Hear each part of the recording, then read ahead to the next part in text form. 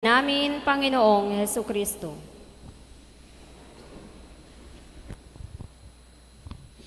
Kumusta na ang mga anak ng Diyos, ang mga alagad ng Panginoon, ang mga sinasabing mga sanga ng iisang puno? Tayo pong lahat yon. Ang magandang tanong, may bunga pa ba? May bunga pa ba ng pagmamahal sa kapwa ang pananatili natin sa isang Panginoon? Ito po yung parang tinatanong sa atin ngayon. No? Ito yung hindi lang tinatanong, kundi ipinapaalala.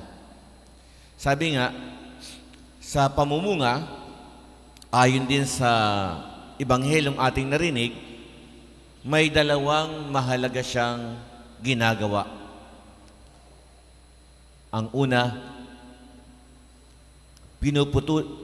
pinuputulan at nililinis. Magkasama na ho yun. No? Sa mga marunong sa pag-aalaga ng halaman, siguro isa sa inyong ginagawa ay pinuputulan ninyo yung, alam mo, kalamansi. Pinuputulan, hindi puputulan. Pag puputulin ay wala na. Pag pinuputulan ay pinupruning, yung para mas dumami ang sanga at hindi gaanong tumaas. O di ba? Pagka mas maraming sanga, mas maraming magiging bunga. Pero pagka kaunti ang sanga, ay yun na ang bubunga, hindi masagana yung aanihin. At sobrang taas pa, paano yung katulad nating, alam niyo na, ang height, hindi makakakuha. Okay. So, malaking disadvantage kapag hindi mo pinuputulan at hindi mo nililinis ang puno. Kinakailang pinuputulan at nililinis. At sabi nga, sa konteksto ng pamumuhay natin, nililinis tayo sa pamamagitan ng salita ng Diyos. Inaayos lagi niya tayo. Pinapaalalahanan tayo. Kasi baka hindi na tayo gaanong namumunga. Kaya pag tayo nakadaranas ng parang tayo pinuputulan, nararanasan natin mga ibang bagay na parang nasasaktan tayo, inaayos tayo ng Panginoon. Huwag kayong mag-alala. Ganun tayo niya hangad na mamunga ng sagana. Amen? Yung mga problemado dyan ngayon, tingnan niyo yung problema. Saan ba nag-uugat? Baka may mali nga tayong ginawa. At yung pamaraan ng Diyos para tayo ay mapaalalahanan. Pinuputulan, inaalis na yung mga masasama nating ginagawang ito. Huwag na nating uulitin. Parang ganun po yun. So yung mga may ugnayang sabit sa pamilya, alisin yan. Ika nga'y kung maaari, huwag ganyan. Putulin yan. So yung mga issue ng, kasi ako po ay nalulungkot kapag nalalaman ko na sa kabila ng ating pagiging mga relihiyoso at malapit-lapit na uli ang pista ni San Juan Bautista ang nagtuturo ng tuwid na daan, tamang landasin. Bakit ang mga taga-Pulay may mga pamilyadong wasak? Bakit may mga ugnayang kaiba? Huwag naman ako'y makagatsa akin na ako'y nagpapaliwanag lang. Sana po yung inyong ayusin yan. Kasi ang naaapektuhan ay ang kabuang pamilya. At maging ang mga kabataan ay susunod yan. Parang gagayahin yan. Para magiging trend na yan. Anong pangit po nito? Tayo pa naman ay ginagabayan ng patlong ito na napakahusay na naghanda ng daraanan ng Panginoon.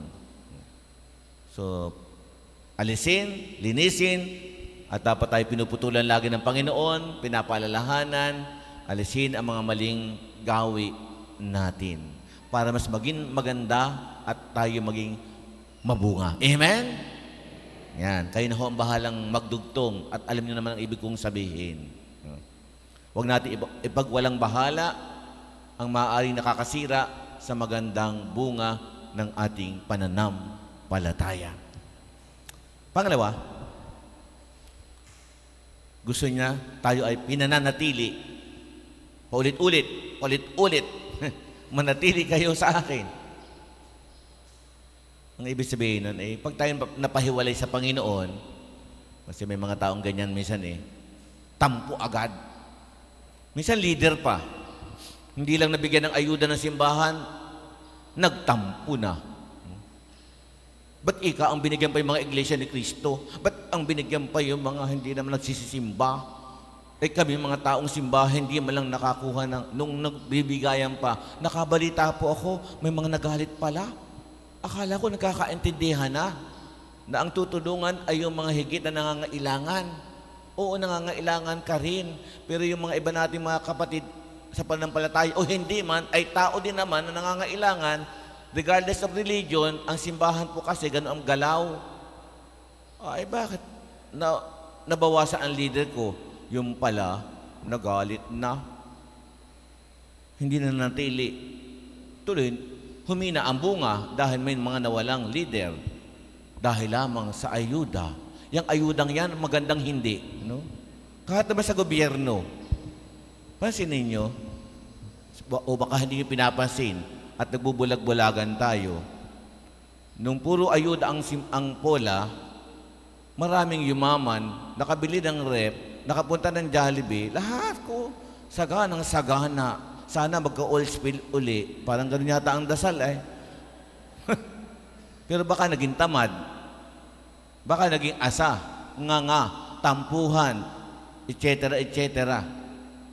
May bunga maganda o masama, bahala kayo. Baka nawala tayo sa Panginoon. Kasi pag may ayuda at may misa, nandun sa ayuda, wala sa misa. Nawala sa Panginoon, inabangan ay yung mga biyayang pansamantala lamang na naging minsan dahilan ng pagkakawatak-watak. So again, ang hiniling sa atin ng Diyos ay ang pananatili. Hindi tayo makapamumuha ng sagana kung wala tayo sa Kanya. Ang Eucharistia, ang pamaraan to sustain para maituloy at magpatuloy ang ating relasyon at pananatili sa Kanya. You are in the right track. Tama po kayo. Lagi tayong kumukuha ng sustento para tayo magtuloy-tuloy sa mabubuting gawa. Sana taimtim tayo laging nananalangin sa Kanya. At hindi isang parang bagang nakaugalan lang na sumimba. Hindi. Dapat may mas malalim tayong hangarin. Bakit tayo dumadalo sa banal na misa? Para magkaganon, magkaroon din ito ng mas magandang bunga sa atin at sa mga taong ating nakakasalamuha in a week. Sabi nga natin, kung every Sunday kayo sumisimba, at least in a week, may sustento tayong pagkain para tayo manatiling nakakabit sa puno. Ang problema yung madalang simimba ay di nagkukulang sa sustansya. Halimbawa, kayo din, sa normal nating pagkain, pag madalang kayong kumain, ay baka kay pahina ng pahina, hindi palakas ng palakas. The same. Pag madalang tayong lumapit sa Diyos, pahina din tayo ng pahina. Kaya nga, ang regular na pagdalo ng banal na misa, ang siyang magdadala sa atin sa tamang ugnayan at pagsasabuhay ng Kanyang mensahe sa ating lahat. Ang ating dalangin, harinawa tayo ay patuloy na pamungahin at magkaroon ng masaganang bunga, lalo na ang gawang pag-ibig. Amen.